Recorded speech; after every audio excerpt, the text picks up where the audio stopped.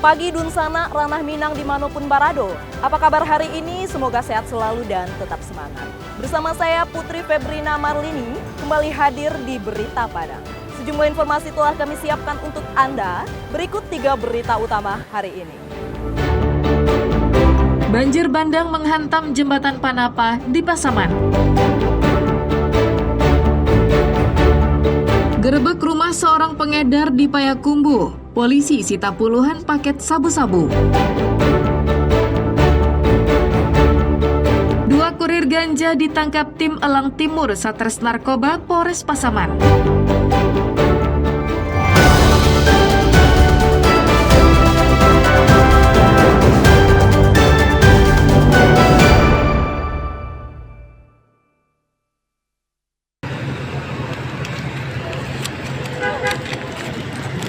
Tingginya curah hujan mengakibatkan Sungai Batang Panapa di Jorong Kampung Lua, Nagari Durian Tinggi Pasaman, meluap pada Rabu sore.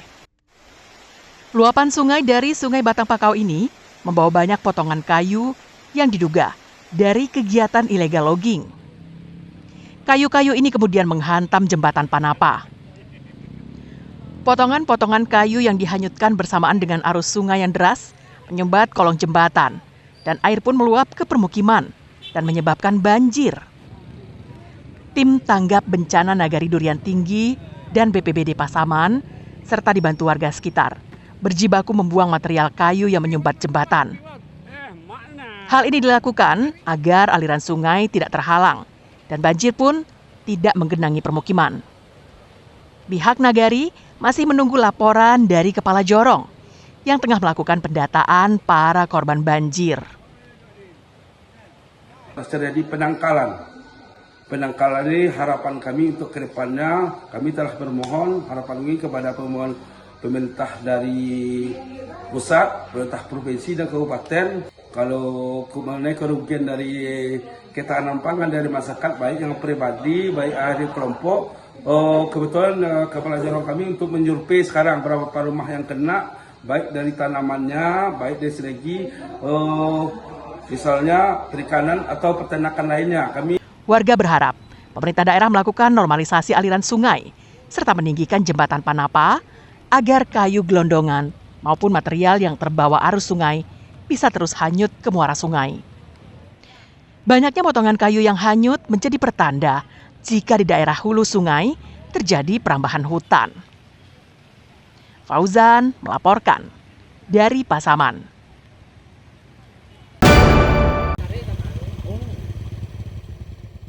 Sawah terlantar dan berubah fungsi menjadi sawah hujan kembali ditemukan di Padang Pariaman. Kali ini terjadi di Nagari Kapalo Hilalang. Penyebabnya bendungan jebol oleh banjir bandang yang terjadi pada tahun 2023 lalu. Dan hingga kini, bendungan Sicawang II yang terletak di Korontaro, Kenagarian Kapalo Hilalang, Padang Pariaman, terlantar. Dampaknya, fungsi bendungan tak lagi maksimal. Aliran airnya sangat kecil dan tidak mampu mengairi ratusan hektar sawah di Nagari Kapalo Hilalang. Karena tak lagi dialiri air, salurannya pun ditumbuhi rumput. Bendungan yang dibangun tahun 1978 ini bertujuan untuk menampung air sungai Batang Ulakan agar bisa dialirkan ke sawah-sawah petani. Saat ini, kegagalan panen demi kegagalan panen selalu dialami petani. Biasanya, masa tanam 3 kali dalam setahun. Kini harus menunggu musim hujan datang atau menggantinya dengan tanaman lain seperti jagung atau mentimun. Kalau sawah ini nggak jadi kan seperti ini, nggak panen. Kenapa, Bu? Karena nggak ada airnya, itu sawahnya sudah penanaman, nggak ada air, tidak apa namanya itu, nggak tumbuh padinya yang sudah ditanam itu, enggaknya gagal panen. Menurut Wali Korontaro, jebolnya bendungan diduga salah satu penyebabnya adalah terimbas pembukaan lahan di kawasan Taro City yang berakibat pada pendangkalan sungai sehingga saat hujan deras menimbulkan banjir dan sungai meluap. Kondisi itu diperparah dengan adanya aktivitas galian C ilegal yang merusak lingkungan. Jebolnya irigasi aliran Cawang 2 itu kan diakibatkan dari pembukaan lahan di atas.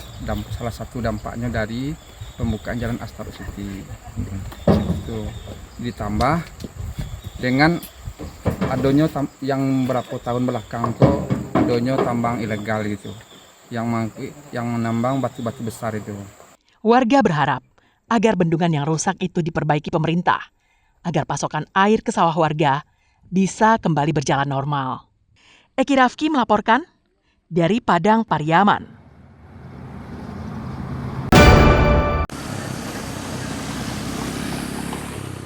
Pengerjaan ruas Jalan Luhuang di Kanagarian Kuranji Hulu, Kecamatan Sungai Geringging, telah selesai dikerjakan kontraktor.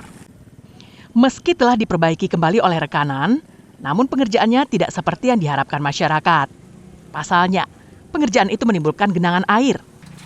Tanah jalan masih kondisi gembur, serta terpal penutup timbunan telah terkelupas.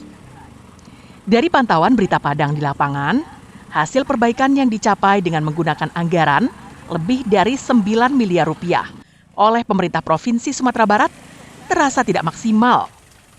Kini, masyarakat kecewa karena perbaikan jalan ini tidak menyelesaikan masalah, tapi menimbulkan masalah baru. Selain itu, di jalan ini tidak ada saluran air di kedua sisinya, sehingga mengakibatkan longsoran baru di sisi sebelahnya dan mengancam permukiman masyarakat. Dengan hasil yang dikerjakan ini, saya kurang puas dengan akibat yang ditimbulkan oleh pengerjaan yang dilaksanakan oleh pemborong-pemborong yang ada di sini. Sehingga seperti yang sama-sama kita lihat, banyaknya efek samping dari hasil pengerjaan dari apa tadi. Ya itulah efeknya itu tanah longsor di sekitar apa itu. Kalau menurut saya tidak serius. Saya berani mengucapkan seperti itu ya. Ya karena hasilnya seperti ini. Dengan anggaran 9 miliar lebih, cuma ini yang bisa dibangun. Ya, cuma penimbunan tanah begini saja yang dibangun. Ini yang saya kecewa ya. Sangat. Makanya saya mengharapkan Dinas PU Provinsi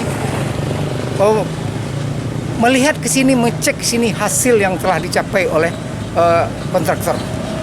Warga berharap pemerintah Provinsi Sumatera Barat untuk tidak menyepelekan masalah yang dihadapi masyarakat karena menyangkut hajat hidup orang banyak. Eki Rafki melaporkan dari Padang Pariaman.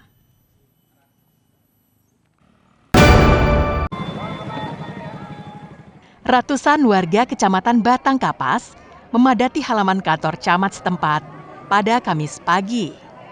Mereka antusias mengikuti program Gerakan Pangan Murah atau GPM yang diselenggarakan pemerintah Kabupaten Pesisir Selatan. Panjangnya antrean terlihat sejak kegiatan itu dibuka. Warga berbondong-bondong mendapatkan sembako murah, mulai dari beras, minyak goreng, gula, cabai, bawang merah, hingga telur ayam. Program ini mendapat sambutan hangat masyarakat. Pasalnya, berbagai kebutuhan pokok dapat dibeli dengan harga lebih terjangkau dibandingkan harga di pasaran. Menurut pengakuan warga, harga cabai merah saat ini mencapai Rp65.000 per kilogram. Kondisi ini sudah terjadi sejak beberapa pekan terakhir. Sedangkan di pasar murah ini, cabai merah dijual hanya Rp60.000 per kilogram. Bahan pokok lainnya seperti beras juga mengalami kenaikan harga dalam beberapa bulan terakhir. Warga mengaku terbantu dengan harga sembako yang jauh lebih ringan. Mereka berharap program Gerakan Pangan Murah ini terus berlanjut di masa mendatang. Beberapa bahan pokok di pasar murah ini dijual dengan harga yang bervariasi. Seperti beras 5 kg dijual Rp60.000 per 5 kg. Bawang merah Rp20.000 per kilogram, dan minyak goreng dijual Rp15.000 per kilogram. Satu karung 160. 160. Ini termasuk mahal lah. 10 kilo mahal. Mahal sekali ya. Terbantu Bang. Sangat terbantu masyarakat ya. Terus apa lagi nih Bu selain beras yang mahal di pasar? Cabai. Cabai berapa kilo Bu? 65. 65. Biasanya berapa nih Bu? Standar 40 lah. Standar 40. Ya, mau Nah, dikurangi pembeliannya Bu. Berarti untuk masakan itu dikurangi ya? Pasal 160. 160. Cukup mahal sekarang ya Bu. Biasanya berapa tuh Bu? Biasanya 140. Sabun, minyak, Ya. Terus beras, cabai, terus bawang. Untuk cabai saat ini berapa harga di pasar Bu? 70. Biasanya Bu? biasanya 40. Bisa 40. Bupati Pesisir Selatan, Hendra Joni mengungkapkan bahwa gerakan pangan murah merupakan langkah konkret untuk menjaga daya beli masyarakat. Pemerintah pusat mengambil langkah, kita kembali jangan terjadi inflasi di daerah. Makanya BI Bulog sekarang memberikan bantuan lagi untuk masyarakat yang maksudnya masyarakat seluruh masyarakat ini dengan pasar murah. Jadi contohnya kalau harga di pasar mungkin cabai taruh contohnya 10.000, di sini bisa 8.000. Minyak sebenarnya seperti itu.